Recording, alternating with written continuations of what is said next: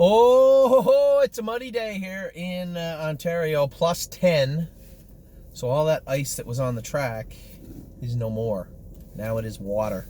Very, very mucky day here in Ontario. It feels like a Monday, doesn't it? But it's Christmas. It's Boxing Day after Boxing Day. It's 27th. So we didn't have a white Christmas. We had a green Christmas. But that's okay. It's not the end of the world. Great Christmas for us. I hope everybody else had a great Christmas also. It was good. A little bit of sickness going around. My parents were a little sick when they were up. Amy gets sick on Christmas Eve. She got really sick after that. Somebody stole her phone, which wasn't cool. She thought she lost it, and then she had that app where you open the app and find where your iPhone is. It was 15, 20 miles away. So somebody must have stolen it. That sucked. So at least good thing Santa was around and bought her a new phone. New phone for Amy for Christmas. So that was good. Other than that, it was a great Christmas. All the kids were good. Amy's family come over. We got to have all the Christmases at our house, which was a little frustrating for my wife because she likes to clean everything up, and then another family coming the next day clean everything up. It was like a convention center there for the weekend, but it was great to have everybody around, and it was nice to get all the nice, kind remarks from all our clients. I apologize if you guys sent me cards and I didn't give you a note back. It just seemed like there was so many cards every day. I'd open the mail, and there's a million. I got to the checks before I got to the cards, just letting you know. But I really appreciate everything you did and all the kind words as always. I hope it doesn't go unnoticed. I hope you don't think that it goes unnoticed, because it does not. I always say that we have the best clients, and we do. And whether you sent a card or whether you sent a note or whether you sent nothing, you certainly don't owe me anything. And I appreciate everything you guys do. So moving on. We got a lot to talk about this week. Obviously, I want to give you a little preview. I had a very cool email from somebody. I'm going to talk to you in a minute about it. This morning, Bob Daly, sent me a very interesting note this morning in regards to a large stake race at Mohawk next year. I had given it some thought and then kind of just tabled it because it was out of sight, out of mind for the longest time. But it's worth talking about now that we're heading into 2020. Worth talking about some licensing stuff. I know you guys know how hard we're working on fixing and rectifying all the licensing issues the industry has. But that's a very difficult thing. When I say, geez, we're working on it, I feel like a politician telling you we're working on healthcare. Yeah, we're working on it. We're doing all we can. But at the end of the day, truth be known, although this is the biggest stable in Canada, although we make up, and this was a very cool thing, we make up over 20%. The stable.ca and our clients make up over 20% of the total licensees for the AGCO in Ontario, in Canada. That is a cool stat. So, although this makes us a big, powerful stable, you're dealing with a big, powerful government, right? Here in Ontario, New York State, Ohio and Pennsylvania are kind of easy, but they're easy because they're complacent, right? Like, 5%, don't worry about it. This industry has to understand you have to worry about it. You have to. Your governments are going to come asking how many people are in the horse racing industry now as opposed to 10, 15, 20 years ago. Is there growth? And there's no industry that can say yes. I guess maybe New York could say they are. Maybe, I don't know.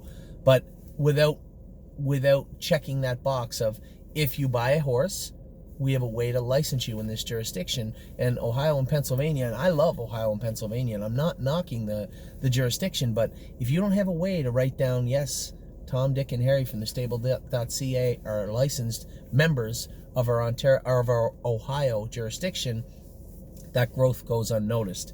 And it's a real problem, because at some point there's going to be a bean counter from your government, whether it be state or federal, come and say, okay, show us show me the beef. Where's the growth? We can calculate the revenue from wagering. That's no problem. That's simple math. But at the same time, you can't calculate the growth from the actual physical ownership side if we don't license our owners. So that is why I know a lot of you are owners with other fractional ownership stables that don't license all their owners. I don't want to tell you what they're doing right or wrong. It's none of my business. But at the same time, if we don't have a way to count everybody, it's all for nothing. Because at some point, every government is going to come and say, okay, so how many people do you have in this industry? And if you can't give them a clear, concise answer, then they're not going to deal with you. Simple as that. There has to be a number. And there isn't. Well, there is, but it's not accurate. And it's not helping us, it's helping them. It's helping them because you're only giving them a small number, right? Think about how many people we have licensed in Ohio that are not licensed in Ohio because they don't have to be. Or Pennsylvania, or Indiana. And I don't know the answer. You know, I know that there is a certain amount of physical, logistical work that goes into licensing each human being. And when you license someone, you have to regulate that person. You have to make sure that person's not a murderer or a rapist or can actually have a license in a jurisdiction. And that due diligence is expensive.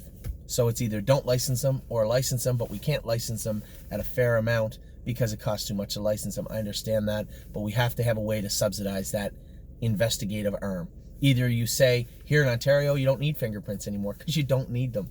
If you have a passport, you don't need fingerprints, right? I have a passport to go across into the United States of America. Of course, I was investigated. I have a Nexus card. I certainly was investigated. So there's no reason to draw my fingerprints when I cross into your country. You know who I am. I have a passport. Here it is. But they still, and you know why it is. For a lot of these states, every little bit counts and it's a cash grab. That's why Ohio doesn't reciprocate with Indiana or Illinois or wherever. One, you don't need the fingerprint program, but for the love of God, my fingerprints don't change when I cross the border, and they certainly don't expire after 10 years, or 5 years. So this cash grab game has to come to an end. We have to find a way to license everybody, but do it in an effective, affordable way. So that's what we're working on. It's very difficult. It's very hard to push back against that bureaucracy because think about it. New York State, that's the wagering board, that's the government. Ontario, the AGCO, that's the government. It isn't horse racing anymore. It's an arm of the actual government. And you guys know how quickly governments move, and they move even less quickly and expeditiously when it's an Ontario guy saying we need to change the rules. It's not that easy to do. So we've employed the help of breeders in those jurisdictions to push back. But again, that takes time. I don't know if you're going to see any real movement in the near future. I hope you do, but it will take time. We have a couple of big things coming up that will help us.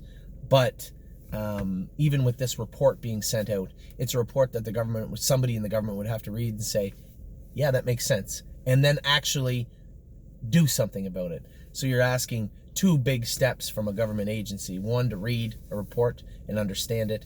And two, to take that information and use it in an actionable way. It's two big steps. So, and Kelly, Kelly has worked tirelessly on this, Kelly and Scott, and me before that, making phone calls. But as I said to Kelly, you're beating your head against the wall. This needs to be pushed from somebody that matters. So New York State breeders have to push the problem of fractional ownership because you and I both know, all of you know, the least amount of the smallest jurisdiction, or the jurisdiction we buy the smallest from, is New York. And I'm still left holding shares at the end of every year about these horses, for these horses. So we're going to continue to buy less and less in New York if they continue to make it difficult, because I can't sell those shares.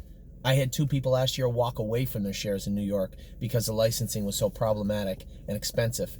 You think of it this way: if you own 1% of a horse, unless that was a $35,000 horse, you pay more for the licensing than you do for the horse, and that's unfair. And until we start looking at this industry in a proper way in the 21st century, that's the kind of garbage you're going to come up with. Just the industry as you look at all the aspects of it, right? It's still archaic. The way the wagering's done is the same way it was done years ago. They're trying to change that now, right? We here in Ontario talk about fixed odds wagering and things like that, bringing new wagers out. You have to update and modernize your wagering for the people that are here now. You still got to find a way to convince a younger crowd to come to horse racing, and I think that's where fractional ownership comes in. Kids understand dollar for dollar. Where do I get the most bang for my buck? Horse racing. fractional ownership and affordable ownership, dollar for dollar, is the most bang for your buck. You can spend as much in a year at thestable.ca as you can bringing your family or going out with your wife and your kids to a mainstream basketball, hockey, or football game in your jurisdiction. And you know that. I don't have to tell you that. So this is what we're up against. Licensing, we'll talk about that in a minute a little bit more. May as well talk about it right now. So what I would like to do is, if you're out there and you know that you're going to own horses in multiple jurisdictions, I think the best thing for all of us to do is find a way to get you licensed. It's not find a way, it's very easy. Get you licensed with the National Racing Compact. Now, you will have to get fingerprints. It will cost you $200, and they will keep your fingerprints on file. But the good part about that is, if you have a horse in Pennsylvania, you can call them up or email them, say, hey, I'm so-and-so, I'm licensed with the National Racing Compact. I need you to get me licensed in Pennsylvania, New York, Ohio. They'll do it for you. Now you still have to pay for the licensing, but they'll do the heavy lifting for you. You can sit home, make one phone call or an email, and not have to worry about it after that. And that's a 3-year license, I believe. They hold it for 3 years. So it might be a little bit more upfront, but the headache saved for us and for you is pretty substantial. So if you would like to do that, which I hope you do, Kelly can help you get set up. I believe Pat is our contact at the National Racing Compact, if I'm not mistaken, and Kelly can help you get set up with Pat. If it's not Pat, then I apologize. But that's the licensing woes. We're trying to do this the easiest way we can. And I would go as far as to say, listen, if you want, we can help you out with that also, to get everything taken care of. The last thing we want to do is lose clients for this industry and for us. So we're trying to do all we can to push this through and make it viable, but it's difficult. Obviously, you can see the wall we're up against, and we're doing the best we can every single day. So that's the licensing we want to take care of in 2020. It's vitally important that you guys fill out your licenses, what they are and what the expiration date are, at thestableca.com on the back end of our site. Because if you don't, we don't know when your licenses are up, and then Anthony goes to the track and, hey, Anthony, your horse is in race 8 is going to be scratched if we don't get so-and-so licensed. You may live in New Zealand, Australia, Connecticut, Minnesota, and I have no way other than a phone call or an email to get a hold of you, and you may not be able to get it done. The last thing we want to do is get horses scratched. I was going to say we haven't ever. Maintenance Man was scratched 2 weeks ago, but that was a USTA issue. That actually wasn't the fault of our clients. So we need to keep you guys to keep up. So when we start signing in the new year, we're going to ask you to update all of your licenses. If you have horses in multiple jurisdictions, reach out, and we're happy to get you licensed with the National Racing Compact. That would help everybody, including you. So that's the licensing. We're going to talk about some other things. We'll get into the horses first, and then we'll finish off with the last 2 points I want to make. White Tiger, wasn't it great to watch him back? I purposely made my video on Sunday hoping that White Tiger did good. Man, oh man, he was good. I still saw a couple little holes in him, but nothing we can't fix, and he was very, very good the other day. I couldn't be happier with the way White Tiger raced. Something almost as uplifting, not quite as much because he didn't win, but he raced great, and the horse showed a lot of tenacity just to make it back. Sunshine's Finest, what a feel-good story that was for me.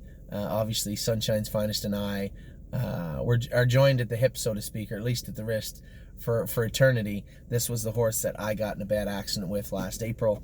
I knew I was going to make it back, but we didn't know if he was. And he raced last night, his first start back. It's going to take him 4 or 5 starts. He stood in the stall for 4 or 5 months. And as I said time and time again, you can't not work out an athlete for that long and expect them to grow and mature. So for all intents and purposes, Sunshine's Finest is still a 2-year-old. He hasn't put that 3-year-old muscle on that he gets from racing. It's going to take some time to get him back on track. But he did pass a horse, almost passed 2, paced 57 last quarter and 28 on a real crappy day. So good for him. I was happy to see him come out, race good. Excellent Nation was a little flat, but we scoped him after, a tiny bit of mucus. I think the biggest problem was he had big corks on for winter racing, and it was muddy. It was like a July muddy day out there, and I just think it was a little too taxing for him. Still paced 57. I expect him to go out and pace 55, but he just wasn't ready to do that. So I think overall, Excellent Nation, I think when it gets colder, as it's supposed to in January and December, as it gets colder, I think you'll see the Excellent Nation that we schooled and qualified will be out in full force in the coming weeks. Road Tripper was a little flat again, but he was a little bit better. I don't know why he's weak on the end of it. Realistically, the only thing I can think is he's not fit yet. Swimming him and swimming him and swimming him kept him sound, but it didn't keep him as fit as we'd hoped. I thought he was a little bit better the other day. We're going to race him once more. If he doesn't race good, we're going to bring him back here, and he's going to have to go on a training regimen. We're going to do the best we can to keep him sound, but we can't keep finishing 6th, 7th, and 8th with a horse that I've waited years and years and years for. This is a horse that should be going right now. It's certainly not Jared's fault. As I'd said to Jared after, I said, hey, chin up. You know, your job was to keep him sound, and you've kept him very sound. Now we got to get him back in shape. We'll see how he races next week. Another horse that was a little bit flat, Cavill Hanover. We scoped him. He was clean. Clearly he tied up. We've drawn a blood, but I can guarantee you the horse tied up. This happens when you have this weather fluctuating. You know, it will happen from time to time. We'll get that AST down. Somebody said after, well, you know, is Carmen going to get him now?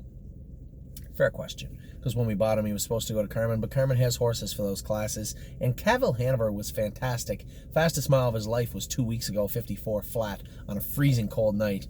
The horse tied up a little bit. Not the end of the world. He still finished 5th, collect $1,400, and we'll get him perfect again for his next start. Arvika. Hopefully she can use these starts as building blocks. We've seen this time and time again. She'll throw a couple of good races together and then go flat for a while. We got to work hard to keep her good. She's up in the non-winners of 3 now, but I don't think that's going to be a problem for her. She raced really good the other night. If you watched, she still fell asleep when she got to the lead, but finished them off, which was important.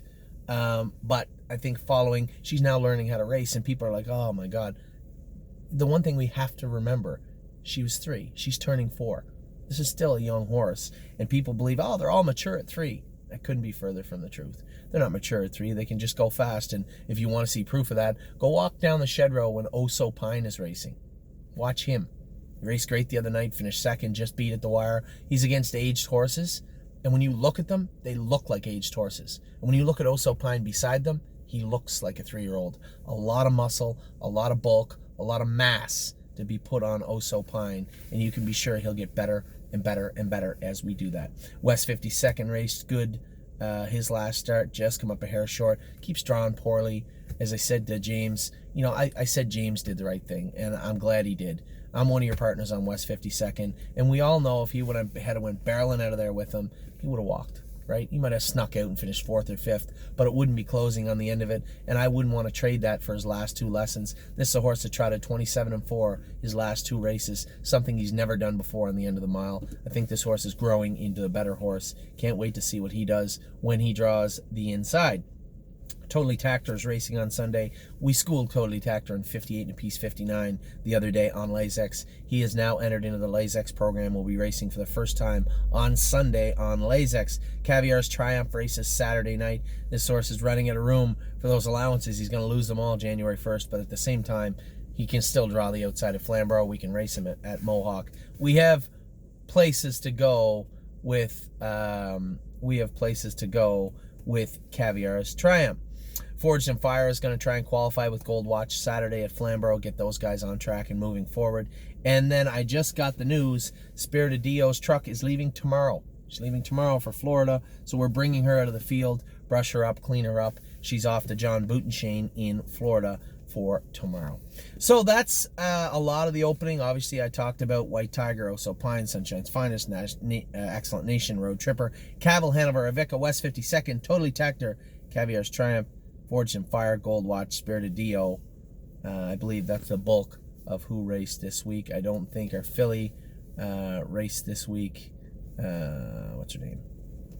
Cabernet didn't race this week, and my horse, Easton Ivy, made a break. So that's all the horses we talked about. The licensing. A cool little thing is somebody emailed me, Bob Daly emailed me today and said, what about the Mohawk? I think it's called the Mohawk Millions, the trot that goes for $1 million. If you win the Wellwood, I think you get a buy into it, but you have to buy a spot in January. A little difficult logistically. I think it's $100,000 to buy one spot. They're going to sell 10 spots, I believe. I believe that's the theory anyway. They're going to sell 10 spots at $100,000 each. You're going to race for $1 million winner take all. Not winner take all, but we're going to race for $1 million. It must be after the Wellwood, so I guess September next year, probably leading up to the Lexington sale or something. So I don't know how this would work. Theoretically, if we put a group of clients together to pay the $100,000 for the spot, do we have a horse not good enough? Now, the beautiful thing about it is, like the Pegasus race in the thoroughbred industry, we can sell that spot. Again, I'm not saying we should do this. I'm just putting it out there for everybody. You can sell that spot for somebody that has a horse. Do we have it's impossible for us to say, do we have a colt to race against the best colts in the world? We certainly shouldn't by what we purchased them for. So the answer right now today would be likely not. But who knows come summertime. I'm certainly not advocating for this to take place. But at the same time, I thought it was neat when I read it. The way he'd structured it was neat. I don't know how it would work. A group of people bought the spot. They certainly don't own the horse. If we had such a horse, they don't own the horse. How would it work? I have no idea. But like everything else at the stable, I put it out there to our clients as if nothing else, here the end of 2019 as food for thought. I don't know what it would look like, but it was an interesting email. Thank you for the email, Bob. It was a good read. Now we're talking about staking. Obviously, one of the things that is going to be coming up very soon is staking. We're going to change the way we stake our horses this year. The last 2 years, Greg, one of our clients, and a couple of other very analytical owners have put forth and said, listen, we spent hundreds of thousands of dollars staking. We didn't race in any of those races. We could be as frugal as we could be and stake everybody jurisdictionally and nothing else. What fun would that be? Eventually, someday, we'd like to have a horse that could race in the Hamiltonian, or the eliminations at least. We would like to have horses that have the ability to race in those races. And more importantly, as I said to some of our clients, which it did come to fruition in regards to Swandre the Giant, had they gone their way and only staked him to Indiana, they definitely would never have gotten $1 million for that horse. They might not have even got a suitor for Swandre the Giant. But paying into those stake races from another side of the coin or another angle of this equation is an investment. Because if you have a horse that we're going to look at selling, what they are eligible to becomes a major question from any potential suitor. First question I've always got from horses that people have called about purchasing, if we were interested, is what's he or she eligible to? So in that regard, it is a bit of an investment, but we do have to look at the reality of the situation. Is we've never won any of those big stake races. We've had the opportunity only to race in some of them. We didn't purchase our horses to be those types of horses. So what should we be staking to? And this is a real problem for me. It's hard for me. I certainly can't project and understand what is going to take place late into the summer and fall of 2020. So how can I possibly stake our horses accordingly? So again, we're going to put together another committee, so to speak, a table of a group of people that are going to help us with that. Just inject their points of view, right? What Greg might think, what Steve might think, what Bob might think, what Anthony thinks, what anybody, whether it be John or Jim or anybody else, what they think of the current situation. Obviously, what I see from the horses in real time is helpful, but it's still months away from the actuality of racing. So I would like to save some money in staking this year for you, for me, for everyone, but you do have to understand that staking these horses to these stake races is an investment, and if it was only ever Swandre the Giant, fine. It's really not. If Lawmaker wasn't eligible to the Breeders' Crown, even when he was going to Sweden, that deal wouldn't have taken place, right? So, you don't want to overstake, but you certainly don't want to understake, because there are reasons for both. Anyway, that's the opening. A little glimpse into the future. I don't want to talk about the babies. We talked about them. We're not going to have a top 10 list this week because we didn't do much with them this week. And starting tomorrow, James is probably right. -7 on Tuesday looks like a much better training day, leading into our next drone session, which I hope to make on January the 4th. Training on Tuesday and skipping tomorrow, Saturday, makes more sense. There are some horses that James and I are going to be working with, 5 or 6 on a short list we're going to be working diligently with. Those horses will be training tomorrow unless the track is simply unfit, which is possible. But for the most part, I don't think there'll be a ton of training tomorrow. I think he's right. Probably Tuesday is the way to go, and then right back on Saturday. So we talked about the horses. We talked about licensing, what we'd like to take place. I need you to take some serious thought of this. If you own horses in multiple jurisdictions, if you're one of the people that buy and sell shares on the secondary market quite a bit, it might be worth looking at. Sure, it's $200, but at the same time, and it's $200 American for the people that want to ask, this is a license done out of Lexington, I believe. It's all encompassing. So yes, it's all encompassing in one regard, and the other it's not. They will hold your fingerprints and all your information on file for 3 years for $200 American, and they will get you licensed. You don't have to lift a finger, but you do have to pay for the licensing.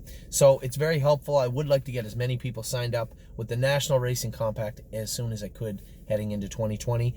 It will be vitally important that everybody keeps their licenses up to date on the site when they're due, when they're expiring, and if you've got a new license. So on your profile page, if you get a license, please enter when it expires and what it is. For us, that is vitally important. We talked briefly about the Mohawk Million stake. That's in advance. But at the same time, I thought it was an interesting email, so I was bringing it to you guys. And of course, we talked about everybody that's been racing. We've had a great 2019. We've had a fantastic fall, heading into the winter of 2020, and then into the stake season next season. I'm excited. I always am this time of year, but at the same time, after watching them train the other day, bringing you, I kept the marks. We marked every horse last week. Somebody said, geez, I like the way you did that. Again, take it for what it is. These are marks as they're yearlings, not even 2-year-olds yet, in December of 2019. But at the same time, I can call a spade pretty quick. I'm looking at a lot of A's and B's. Pretty happy with that. We'll talk about the 2-year-olds in a minute. All the barns, small barns, everything that's going on. Back to you in just a minute. Merry Christmas, everyone.